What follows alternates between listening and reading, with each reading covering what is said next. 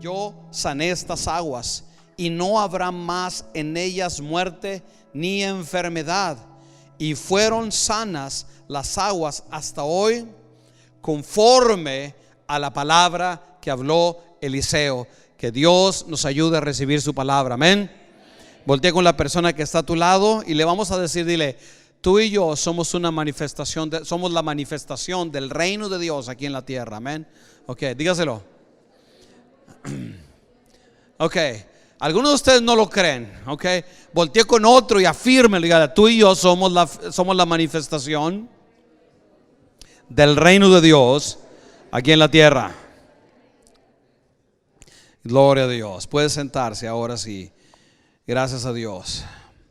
Bueno, ya me motivaron a que predique más largo que lo que pensaba predicar, con todas las oraciones y con todo lo que hicimos. Así que gracias a Dios. ¿Cuántos dan gloria a Dios?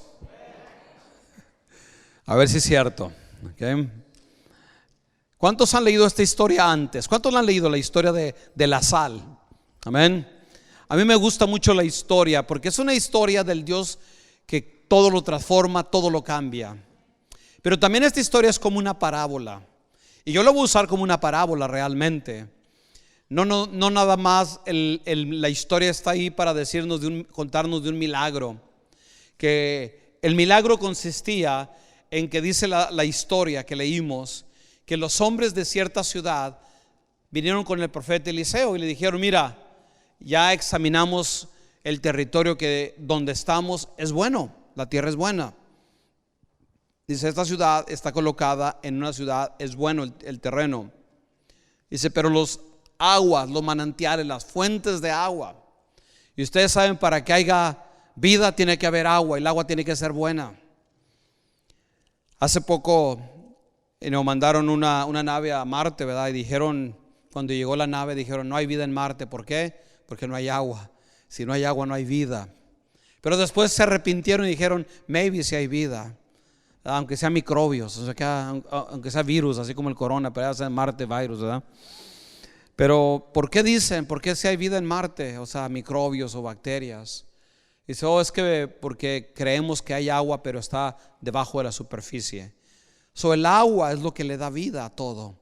Y por eso dice aquí que el agua representaba, ¿verdad?, en esa ciudad la gente, las personas. Dice: el agua es mala. El agua son malas. Y por lo tanto la tierra es estéril. Como el agua es mala, la tierra no puede dar vida. ¿Y qué hizo el profeta? El profeta les dijo: ok, tráiganme sal. ¿Qué fue lo que les pidió el profeta? Y trajeron la sal, y la sal la echó ¿a dónde?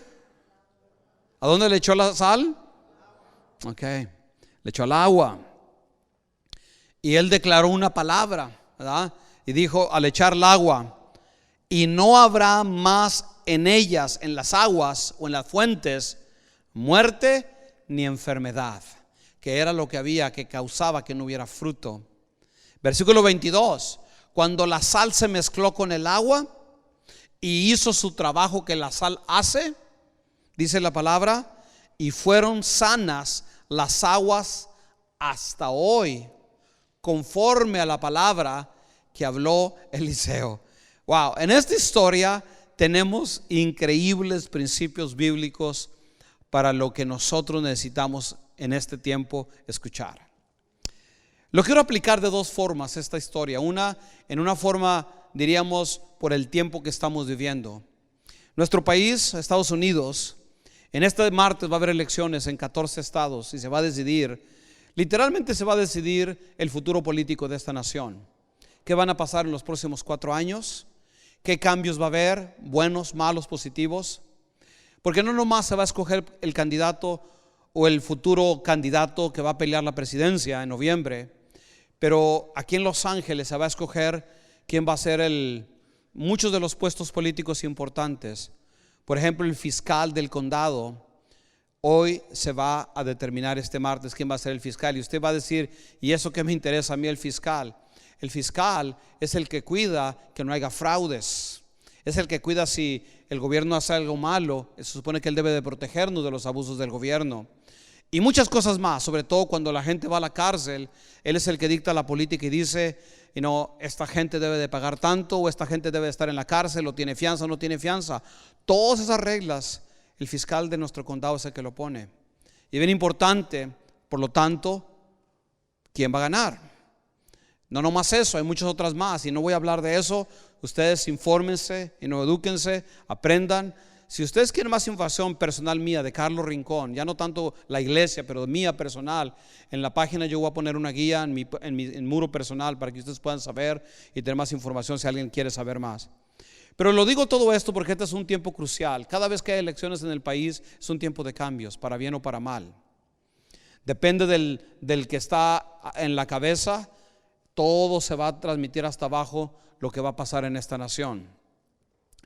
Algo que nos concierne a nosotros mucho, si va a haber una solución a la situación migratoria de mucha gente que no tiene documentos, se va a decidir. O si va a seguir las cosas igual o peor que como están. Todo eso se va a decidir. Eso es bien importante.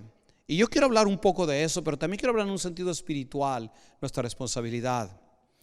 En esta historia que nosotros leímos, dice la historia que el profeta tomó la sal. Y yo quiero que piensen como que Dios nos ha tomado a nosotros. Nosotros somos el reino de Dios, la iglesia. Jesús está edificando esta iglesia como sal, somos la sal. Y lo dice que tomó la sal porque las aguas estaban como malas, estaban malas. Y el profeta dice que le curó la muerte y la enfermedad en las aguas, echándole la sal. Y yo siento como que Dios, fíjese, voy a cambiar la frase. Yo sé que Dios nos ha echado o arrojado en la ciudad, nos ha plantado en esta ciudad para que seamos la sal que traiga sanidad a esta comunidad. Lo voy a repetir porque algunos de ustedes no me entendieron. Yo sé, o sea, no siento, yo sé que Dios nos ha puesto donde quiera que nosotros estemos como la sal para traer sanidad. Lo voy a decir otra vez porque todos no lo entienden. Dios nos ha plantado para traer sanidad en donde quiera que nosotros estemos. Amén. Ese es el corazón de lo que voy a hablar. Ese es el corazón. La gran mayoría de los cristianos no entiende lo que en esta tarde ustedes van a entender. Porque nosotros, sobre todo, nosotros los evangélicos, sobre todo peor los que somos pentecostales, a veces tenemos una idea equivocada, cosa que yo no creo y que nunca les he enseñado, pero esta es la idea equivocada. Yo puedo dividir mi vida en diferentes partes: mi vida espiritual, mi vida sentimental, mi vida económica, mi vida de X. Y cuando estoy entre la gente que en mi trabajo soy uno, pienso uno, en mi hogar también es otra cosa, pero en la iglesia soy otro, porque tengo departamentos en mi vida. Para nosotros los discípulos de Cristo no tenemos departamentos de nuestra vida, solo tenemos una vida.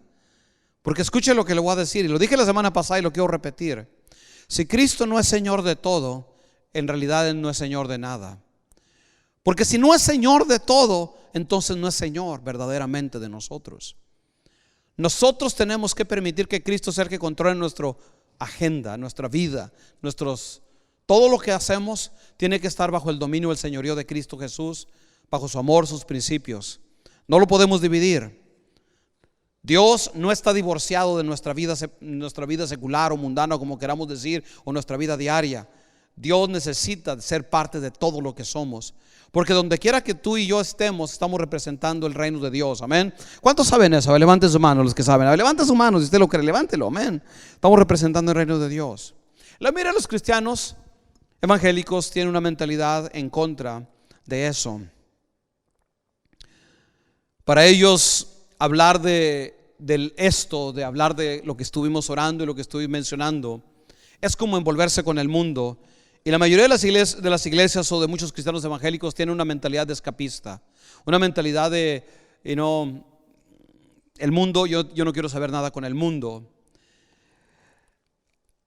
Cuando yo me convertí, yo empecé en una iglesia que se llamaba Café Cristiano, el Aposento Alto. Esa fue la primera iglesia que yo fui a escuchar del evangelio.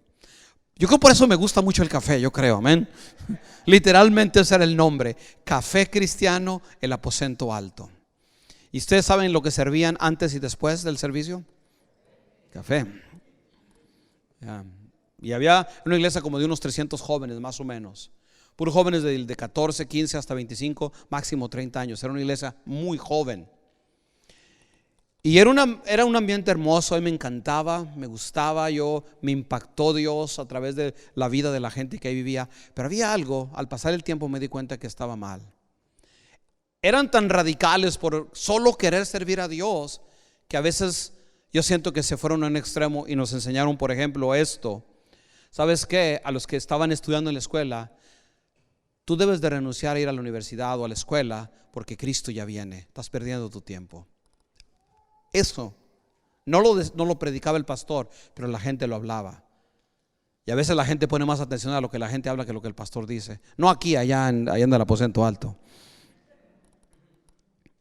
Incluso escuchábamos que nos decían: mira, si tu misma familia no quiere nada del evangelio, corta con tu familia, porque primero es Dios, y corta con todo eso. O sea, la idea es, porque si tú estás envuelto con tu familia o estás en el colegio estudiando y Cristo viene, no estás velando y te vas a quedar. Esa era la mentalidad, ¿ok? Y es una mentalidad equivocada, porque a través de toda la Biblia nosotros vemos que Jesús nos envía al mundo. Amén. Amén. ¿Cuántos dicen amén en esta tarde? Amén. El mundo no es nuestro enemigo, el mundo es nuestra misión. Fomos enviados al mundo.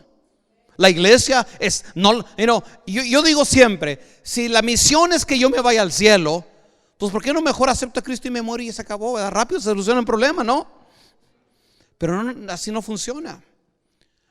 Dios nos dejó a nosotros para representarlo a Él aquí en la tierra. Y debemos de ser la sal en las aguas que están enfermas, el mundo, la sociedad, la cultura o cualquier otra cosa. Nosotros, la mayoría, aunque hayamos nacido en el evangelio, crecimos en una cultura dominante por la iglesia católica tradicional latinoamericana, que yo no estoy condenando a ninguna iglesia personalmente, porque nuestro trabajo es acercar a la gente a Cristo. Eso es lo único que creemos, amén. ¿Cuántos saben que nosotros no estamos predicando religión, estamos predicando a Jesucristo, amén? Pero sí hay una influencia negativa, sobre todo en la actitud de, mira, tú sométete al gobierno, tu mentalidad debe de ser un poco como de, la palabra correcta es, déjame se las digo, fatalismo. ¿Qué quiero decir fatalismo? Que ya todo está determinado. Lo que tú hagas no importa. Lo que tú se te ocurra o lo que tú quisieras hacer no hace la diferencia. Eso enseña algunas partes de la religión católica tradicional. Incluso entre los evangélicos siguen repitiendo algunas de esas cosas, como por ejemplo, Dios quita reyes y Dios pone reyes. En otras palabras, si el rey te abusa, si el rey hace cosas malas, Dios lo puso y tú no puedes hacer nada porque no es tu labor. Cristo viene, acuérdate. Y esa es una actitud que ha mantenido a la gente oprimida, lamentablemente en toda Latinoamérica. Pero la Biblia no enseña eso. La Biblia no enseña eso. Donde quiera que la iglesia empezó a manifestarse en el libro de los Hechos, las ciudades fueron transformadas. Dice la palabra del Señor que cuando llegaron a cierta ciudad, el evangelio impactó tanto a la ciudad que toda la gente que practicaba el hechicismo y brujería trajeron los libros y los quemaron. Y la ciudad fue transformada, fue libre de la opresión del ocultismo, amén. Eso no es nomás que la gente vaya al cielo, pero que renuncie a aquellas cosas que destruyen sus vidas, amén. Y esa es la tarea de nosotros. Otra práctica en el tiempo de la Biblia era que los romanos no pensaban que los niños eran niños, y por ejemplo, si no les gustaba, si era mujer o tenía algún defecto físico, cuando nacía lo tiraban en la basura literalmente para que se lo comieran los animales. Y no había problema, porque en la mentalidad de aquel tiempo todavía no era completamente una persona, Eso era algo como visto normal. Pero llegó la iglesia y entendió que estaban matando a un ser creado a la imagen de Dios. Y la iglesia literalmente los rescataba de la basura y los adoptaban como sus hijos. Eso no es nomás, hay que llevar a la gente al cielo, pero hay que cambiar, hay que transformar, hay que impactar con nuestra vida, con lo que hacemos, con lo que vivimos. Pero la mayoría de los cristianos no piensa así. Por ejemplo, si le preguntan a la mayoría de los cristianos si es importante votar, si es importante el censo, si es importante las cosas de la vida social de este país, la mayoría dice: a mí no me interesan esas cosas. A mí qué me interesa. Y sobre todo a veces nosotros todavía, para aumentar un poco como emigrantes, muchas de las veces tenemos una identidad dividida. Sí, estamos aquí, nos gusta aquí, si podemos nos vamos a quedar aquí, pero todavía soñamos con regresar. Y es un sueño, que la mayoría de las veces no se va a realizar. Porque la gran mayoría de todos nosotros que venimos a este país terminamos quedándonos aquí. La mayoría de la gente que no tiene documentos, a pesar de la política que hay ahorita en esta presidencia, a menos de que la migración se lo lleve o algo así, se va a quedar. Pocos se autodeportan y dicen: es cierto, estoy mal, me voy a Guatemala, me voy a México, ¿verdad? Porque vemos el beneficio para nuestras familias, amén, para nuestros hijos, las oportunidades de ir a la universidad, las oportunidades de prosperar, a veces la oportunidad de trabajar y poder mandar a mis padres, porque si estoy allá, maybe estoy peor que ellos, pero terminamos poco a poco echando raíces. Pero nunca renunciamos a la mentalidad de: ni soy de aquí ni soy de allá, soy de acullá, o de ningún lugar al último. Porque aunque estoy aquí, mi corazón está allá. Y cuesta soltar eso, cuesta. Pero si nosotros no entendemos el plan de Dios, vamos a estar luchando y cosiendo contra el aguijón, y las cosas no van a funcionar bien. En la historia que leímos, nosotros claramente vemos que el profeta dice que tomó la sal. Ahora, Dios nos compara a nosotros. ¿Con qué nos compara Dios? ¿Con qué nos compara en la palabra, la iglesia? ¿Qué nos compara? ¿Con la qué? Con la sal. ¿La sal para qué servía? Para preservar que los alimentos no se pudrieran, se corrompieran. La iglesia existe para que la maldad no se multiplique. Pero si la iglesia no está donde está la necesidad, entonces la sal ha perdido su propósito. Una iglesia aislada del mundo, donde no es influencia en lo que está pasando, es una iglesia que su sal no tiene propósito. Es hasta que es puesta donde está la necesidad. La luz igual. Si añadimos un foco más, va a ser un foco más. Pero si tomamos una lámpara y la ponemos en la oscuridad, esa lámpara va a traer luz. Ustedes y yo necesitamos traer luz a la ciudad de Los Ángeles, amén. Ustedes y yo, en un sentido espiritual, estamos representando la manifestación visible del reino de Dios aquí en la tierra. Y donde usted camina, donde usted está, usted y yo tenemos que brillar con la luz, amén, de la presencia de Dios en nuestros corazones, amén. ¿Cuántos le dan gracias a Dios por ese privilegio enorme? Amén. Dele gracias a Dios, ese privilegio enorme, enorme, enorme, enorme. También Dios nos compara con la levadura, amén. Dice que una mujer puso una medida en la masa y la puso ahí y la dejó en la masa para que influenciara toda la masa, y después de cierto tiempo la levadura transformó la masa. Eso es lo que Dios nos ha dejado aquí. Nos ha dejado para hacer la luz, para hacer la sal y para transformar nuestras comunidades. Si somos la iglesia, tenemos que estar comprometidos con el bienestar de la ciudad donde Dios nos trajo. No sé si me escucharon, pero se los voy a repetir. Si somos la iglesia, necesitamos estar comprometidos con el bien de la ciudad donde Dios nos ha traído. Y yo sé que me puedo meter en problemas con lo que voy a decir, porque va en contra de lo que sé que muchas hacen. Y no nomás hablo de la gente de Guatemala o de El Salvador, pero también los mexicanos hacen eso. Muchos de los emigrantes se preocupan más y juntan dinero más por las necesidades de lo que pasa allá alguien se muere, hay una calle que hay que hacer o algo así, que en la gente que conocen aquí enfrente de ellos y que son igual que ellos, emigrantes y que tienen necesidades. Yo he hablado con organizaciones, gente que dirige organizaciones que su enfoque es para ayudar a la gente de Zacatecas, de Oaxaca, y les pregunto, gloria a Dios, qué bueno que están haciendo eso, pero ¿qué están haciendo por los oaxaqueños de aquí, por los zacatecanos de aquí? Y su respuesta muchas veces ha sido nada. Ahora, esas son comunidades seculares, pero como iglesia nosotros, es bueno que oremos por las misiones en donde sea. Pero si algo queremos ver transformado, tiene que ser nuestra comunidad, amén. ¿Por qué? Porque aquí Dios nos plantó. Sea que estemos 10 años o 100 años, o que mis hijos y los hijos de mis hijos sigan viviendo aquí, nosotros y nuestras generaciones tenemos que impactar esta nación, amén.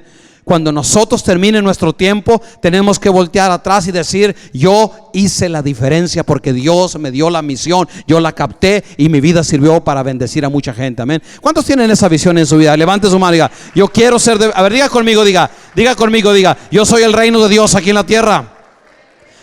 No los escuché, diga: yo soy el reino de Dios y yo voy a impactar esta comunidad con el evangelio, con la justicia del reino de Dios. Dígalo, amén, amén. Dios nos ha llamado a eso. Somos la sal, somos la luz, amén.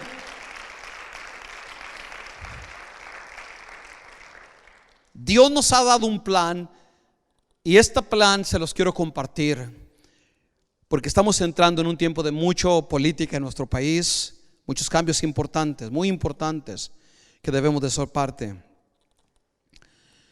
Y esto está en el libro de Jeremías 29, por favor. Vamos a leer Jeremías 29.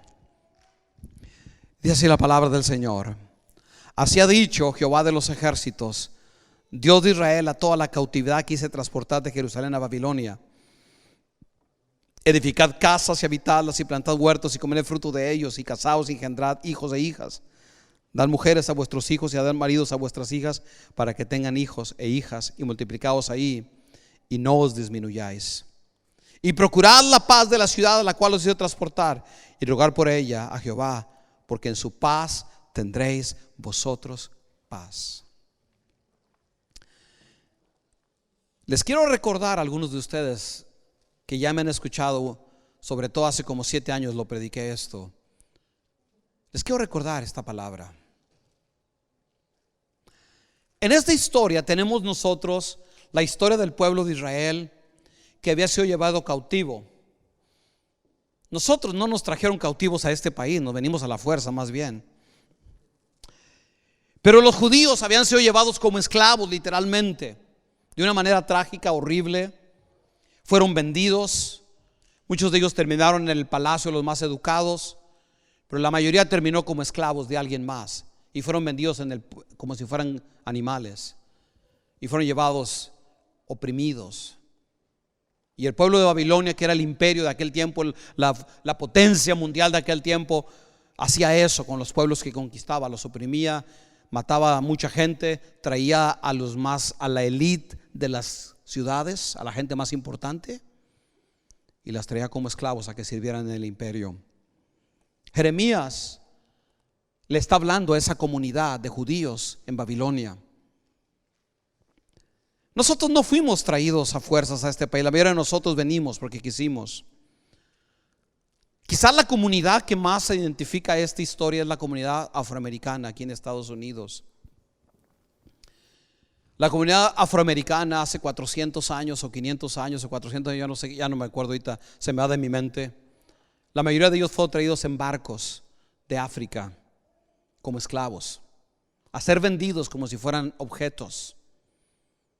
Literalmente los traían a 300, 400 en un barco. La mayoría moría porque los ponían en un barco donde los acostaban para que cupieran más, y por 2, 3 meses cuidaba el transporte. Ahí comían, hacían del baño, ahí hacían todo, y la mayoría terminaba muerto porque estaban encadenados, amarrados como mercancía. Simplemente los arrojaban al mar conforme se iban muriendo. De 200, 300 que embarcaban, llegaban 100, 50. Y luego en el mercado, hombres, mujeres o niños, si venían, los vendían como si fueran animales. Y el resto de su vida vivían como esclavos, como animales, básicamente. Las mujeres siendo violadas, las mujeres siendo abusadas, usándolos como si fueran animales, hombres para que embarazaran a montones de mujeres para que nacieran más esclavos y tener más dinero, etcétera, etcétera. Esa fue la esclavitud por 300 años en este país. Por eso cuando mucha gente habla de este país es un país cristiano, hay que pensar en serio lo que estamos diciendo. Hay que pensar en serio lo que estamos diciendo, porque por 300 años eso no tuvo nada que ver con ser cristiano. Pero la razón que se permitió por tanto tiempo practicar semejante barbaridad es porque un sector grande de la iglesia en este país usaba la Biblia para justificar eso. ¿Por qué? Porque en vez de ser la sal y la luz, muchos prefirieron callarse. Después de mucho tiempo se declaró la libertad. Se escribió el artículo 13, 14 de la Constitución para declarar que los hombres y mujeres, sin importar la raza, eran libres. Pero se siguieron escribiendo leyes, sobre todo en el sur de Estados Unidos. En el sur de Estados Unidos siguieron, en cierta forma siguieron siendo tratados como esclavos. Toda persona que no era blanca, toda persona que era de color, era tratado como un animal, como menos que persona. Incluso muchos de los evangelistas famosos y los avivamientos que a veces uno escucha, muchos de ellos tenían esclavos. Es una verdad que pocas veces se dice, pero esa es la verdad. Incluso, y esto es algo que mucha gente ignora o quiere ignorar, Billy Graham hizo una cosa bien buena. En sus cruzadas en los años 50 y 60, él dijo: a mis cruzadas puede entrar cualquier persona, no importa que sea blanca o negra. Todo el mundo puede venir porque queremos que la gente se convierta. Pero mucha gente, líderes de la iglesia, porque decían: oh, no hay que hablar de esas cosas, abandonaron las cruzadas de Billy Graham. Aunque él después, lamentablemente, por la presión de que mucha gente lo abandonó, cuando empezó a hacer cruzadas en el sur de Estados Unidos, dijo: ok, está bien, los negros en un lado y los blancos en otro lado. Es algo terrible. Pero eso es lo que pasa cuando la iglesia pierde la sal. Cuando decimos: nosotros, nuestro asunto es llevar gente al cielo nada más, y lo demás no nos importa. Eso pasa. Muchos de nosotros hoy en día declaramos que Martin Luther King es un héroe, un profeta de Dios para esta nación. Y todo mundo, el día de su nacimiento a principios de año lo ponen, citan frases que él declaró, frases que él dijo. Literalmente todo el mundo habla de eso. Pero en sus días la gran mayoría de las iglesias le cerraron las puertas porque decían: no es su trabajo estar haciendo lo que él hace, él está en contra de la voluntad de Dios. Lo acusaron de que era comunista, socialista. El FBI en este país lo persiguió, lo encarceló, y a muchos de sus seguidores los golpearon, los mutilaron. Y ustedes, si saben un poco de la historia, él lo mataron. Porque mucha gente toma esa actitud. Oh, es que no, nuestro trabajo no es ese. Nuestro trabajo es simplemente llegar un día al cielo, escapar de lo malo que hay en este mundo. Y mientras estemos aquí, como mucha gente, incluso gente que quizá me esté escuchando, va a decir: eso es política. No, es la vida. Y el evangelio tiene que llegar a todas las esferas de la vida. Amén. Si el evangelio no llega a todas las áreas de mi vida, el evangelio no ha llegado a ningún área de mi vida. Si Cristo no es Señor de mis opiniones o mi manera de ver la vida en todo, entonces Él no es Señor de nada. Nosotros como iglesia tenemos una responsabilidad. No estoy hablando de que hagamos protestas ni nada de eso. Yo estoy hablando de algo más sencillo: orar por el bien de nuestra ciudad. Amén. Cuando llegue el momento de votar, no se deje influenciar por ningún partido político. Hay una división tremenda en este país. Y hay cristianos radicalizados que dicen: soy conservador y todos los demás son del diablo. Todos los demás. Y otros, los del otro lado, dicen: no, los de allá son del diablo. Y lo vimos nosotros, cómo está el país ahorita en una situación terrible. ¿Qué es lo que pasó? Por ejemplo, cuando el presidente fue a hablar a la Cámara de Representantes hace como un mes, llegó el presidente y no llega, se para le entrega los documentos, o sea, una copia de lo que él va a hablar, y luego la speaker de la cámara, que se llama, ok, no me recuerdo ahorita, de pronto se me fue de la mente, Pelosi, le da la mano para saludarlo y el presidente le da la espalda delante de toda la nación, y luego cuando él termina de hablar lo que habló delante de toda la nación, ella agarra el speech o el documento, lo que enseñó, y lo rompe. Públicamente estamos totalmente divididos, y hay una cosa terrible que está pasando en este país. Y yo creo que la forma de hablar del presidente ha contribuido mucho. La forma de referirse a nosotros los emigrantes ha contribuido mucho. Pero no estoy justificando a ningún partido político. Cuando usted vote, tiene que votar por la vida, tiene que votar por el amor, por la justicia, por la misericordia. Esos son los valores del reino. Amén. Amén. Esos son los valores del reino. Pero hay gente que le va a decir: mira, lo que importa es el aborto. Si los niños están en la cárcel, están en prisiones, bueno, se lo merecen porque vinieron de ilegales. Si la vida es vida, la vida es vida. Esté en el vientre o esté ya nacido, no hay ninguna diferencia. No crean esa mentira. Vida es vida. El valor de la gente es el valor que Dios le ha dado. Amén. Eso es bien importante, que sepamos distinguir lo que dice la Biblia a que lo que los partidos políticos nos aconsejan y nos dicen a nosotros. ¿Cuál es nuestro trabajo como inmigrantes, como cristianos, sobre todo en este país? La primera cosa que Dios nos ha dicho es: ten una mentalidad que tú te vas a establecer, sean 10 años, 20 años o 100 años. Establécete. ¿Por qué? Porque mientras yo no tengo una mentalidad de yo voy a prosperar en este país, voy a tener una mentalidad dividida. Voy a tener una mentalidad dividida. No me voy a ver como parte de este mundo, porque aquí solo estoy de paso nada más. La gran mayoría de nosotros regresaremos a recordar los viejos tiempos de nuestra infancia, pero la gran mayoría nos vamos a casar, vamos a tener hijos y nos vamos a quedar aquí. Esa es la única parte que sí somos buenos: tener hijos y casarnos, ¿verdad? Y entre más mejor, eso sí somos buenos. Pero la Biblia dice: establécete, compra casas, da a tus hijos en casamiento, planta huertos, come del fruto de ellos. Piensa en el bienestar tuyo, la riqueza tuya, cómo prosperar en esta ciudad. ¿Por qué? Porque si yo prospero, si a mí me va bien económicamente, no solo me beneficio, pero beneficio a todos los demás que son parte de esta sociedad, de este mundo. Y sobre todo, nosotros tenemos que tener un rol bien importante en decidir el futuro de este país. ¿Cómo se decide el futuro de este país? Número uno, por personas que viven en integridad, en amor, en justicia, en misericordia y que reflejan el reino de Dios. Eso, lo primero es lo primero, amén. Lo primero es que no podemos decirle al mundo cambia cuando nosotros no cambiamos. Eso es lo primero. Lo primero es la clase de vida que nosotros vivimos. Nuestros matrimonios tiene que haber menos divorcios. Nuestros matrimonios tiene que haber más amor, más misericordia. Tiene que haber más transformación. Tiene que haber cosas que queremos que pasen afuera de nosotros. No podemos señalar al mundo lo que nosotros mismos no vivimos. La otra cosa, si yo soy parte del reino de Dios, ¿cómo me veo en este país?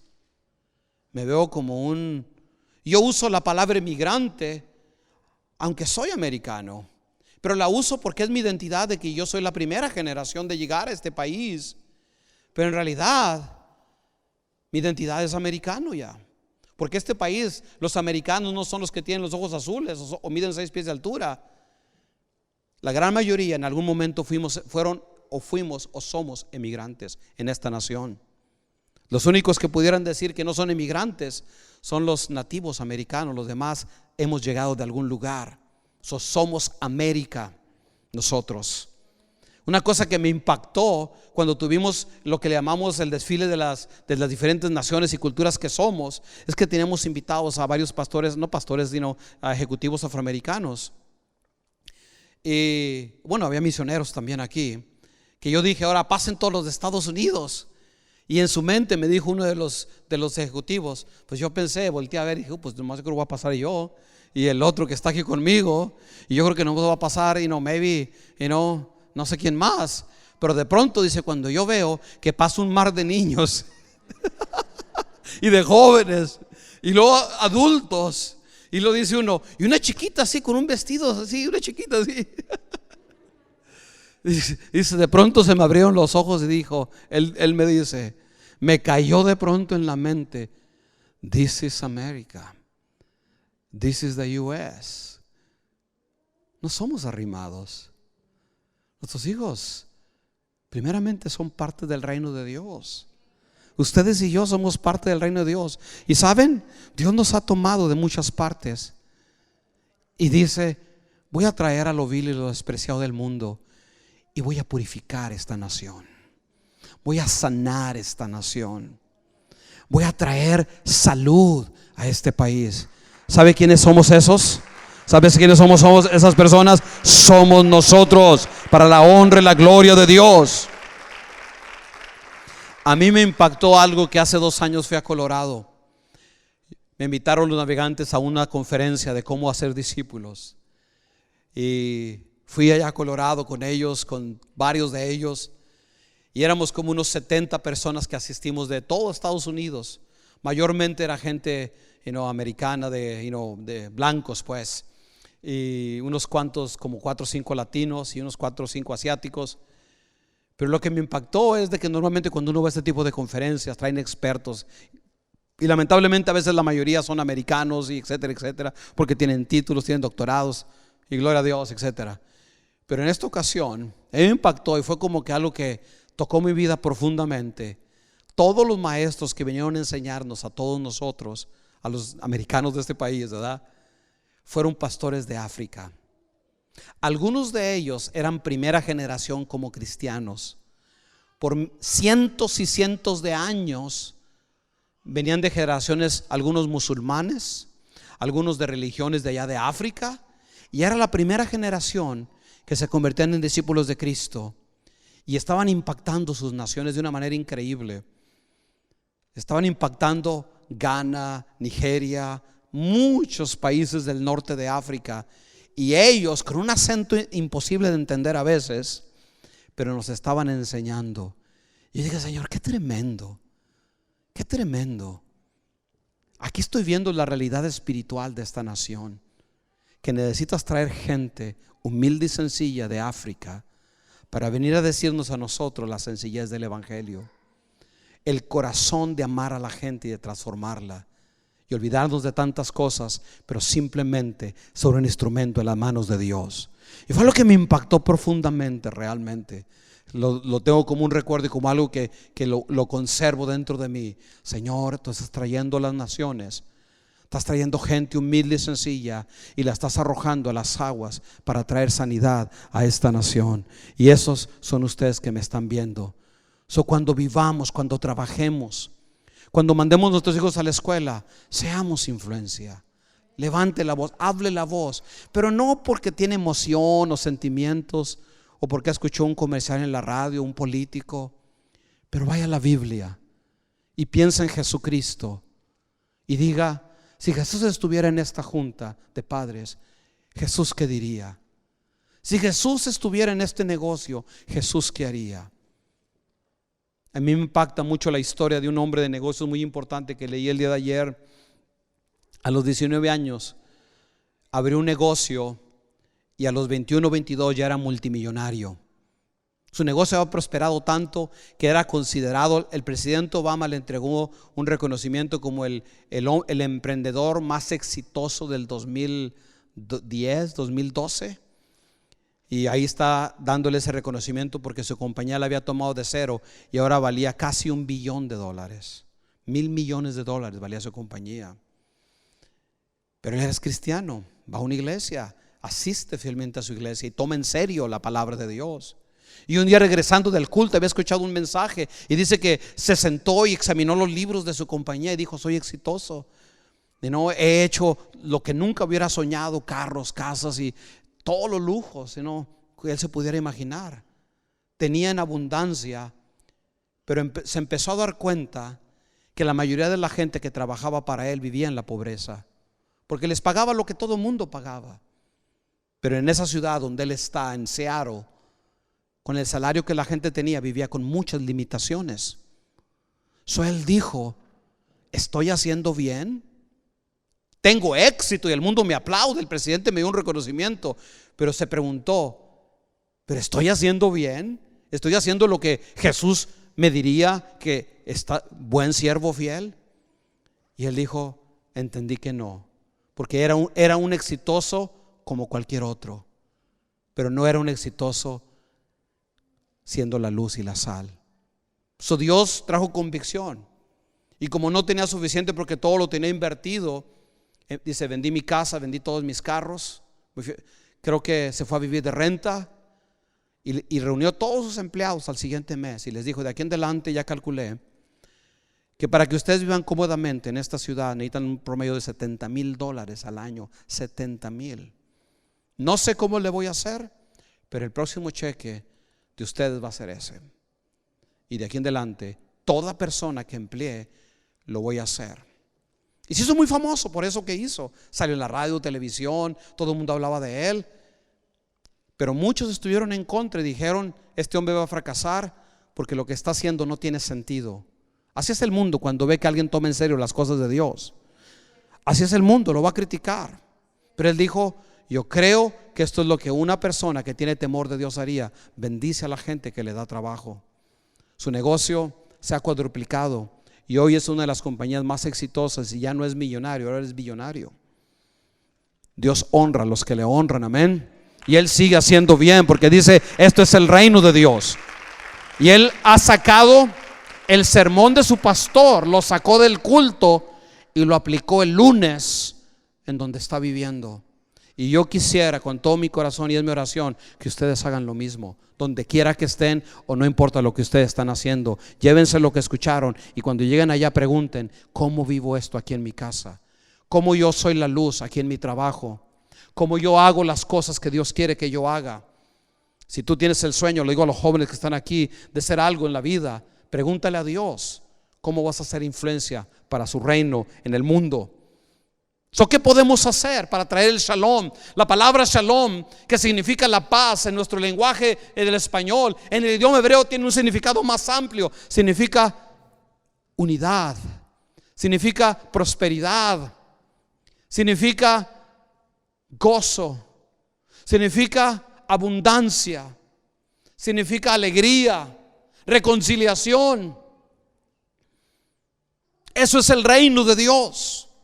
El reino de Dios no son regulaciones o fiestas como los judíos que decían que en tal fiesta había que hacer esto o comer, ¿cierto? Dice Pablo: no, el reino de Dios es gozo, es paz, es bendición, ¿no? Del Espíritu Santo en medio de nosotros. Nosotros en este tiempo que estamos viviendo, renunciemos a ser apáticos y decidámonos a ser la sal, decidámonos ser la luz. Amén. Que cuando alguien les diga: es importante y no registrarse para el censo, ustedes digan: sí, porque cada persona que no se registra, más de $2,000 no van a venir a la escuela de su hijo, a los hospitales donde usted vive, a la policía, a todos los recursos que llegan a su comunidad. Multiplíquelo por cientos y cientos y cientos. Y el día que le digan no, usted es el único culpable de que le digan: no, no hay, no te podemos ayudar, no hay cubo para tu hijo, no te podemos atender, o tú paga el hospital. Porque nosotros mismos le cerramos la puerta a esos beneficios que ya están. Pero si somos la luz y la sal, yo pienso en el bienestar de la ciudad donde estoy. Dios le dice al profeta: busca el shalom de la ciudad donde yo los llevé, porque en la bendición o el shalom de esa ciudad está tu bendición. O sea, lo que Dios dice ahí en la palabra: si tú luchas, si tú trabajas por el bien de tu comunidad, como la luz, como la sal, y tu comunidad es bendecida, yo te voy a bendecir a ti. ¿Cuántos reciben esa palabra en el nombre de Cristo Jesús? Amén. A ver, recíbala en el nombre de Cristo, recíbala en el nombre de Cristo. Dios nos ha llamado a ser la luz y ser la sal de la tierra en el nombre de Cristo Jesús. Amén. Si puede votar, pues por supuesto vote. Si no, no, motive a sus hijos para que lo hagan. Sea parte de la bendición que Dios quiere traer a nuestras comunidades también. Esta es una parte importante del reino de Dios. El reino de Dios no es para estar escondido debajo de una mesa o debajo de un almud. Es para ponerlo sobre la mesa, para que por vuestras buenas obras así alumbre vuestra luz delante de los hombres. ¿No es eso lo que Cristo nos dijo a nosotros? No es lo que Cristo nos dijo: cuando vengas delante de mí, Dios te va a decir: ¿y por qué no me visitaste cuando estuve enfermo? ¿Por qué no me visitaste cuando estuve en la cárcel? ¿Por qué condenaste al emigrante? Señor, ¿yo cuándo hice eso? ¿Yo cuándo lo hice? Porque no lo hiciste a uno de estos mis pequeños, tampoco me lo hiciste a mí. Por lo tanto, apártate de mí. O sea, el evangelio no es solamente cómo llegar al cielo. El evangelio son las buenas noticias de parte de Dios, que nos podemos reconciliar con Dios. Amén. Que ahora Él es nuestro Padre y que podemos acercarnos por medio de Cristo Jesús. Amén. Y que nos restaura a la bendición y la paz de conocerle.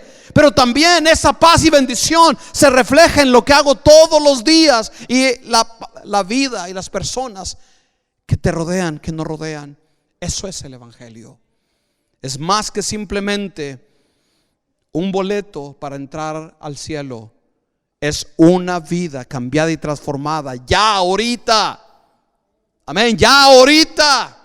Ya ahorita. Amén. Nosotros vamos a marcar la diferencia como iglesia. Amén. En el nombre de Cristo Jesús. Déjeme termino. Con esto quiero terminar. Nuestra más grande responsabilidad es predicar las buenas nuevas de salvación. Como Lupe decía cuando estábamos terminando, por favor, no venga solo. Invite siempre a alguien. Ore por alguien. Llévelo a su célula. Porque la fe viene por el oír la palabra de Dios. Amén.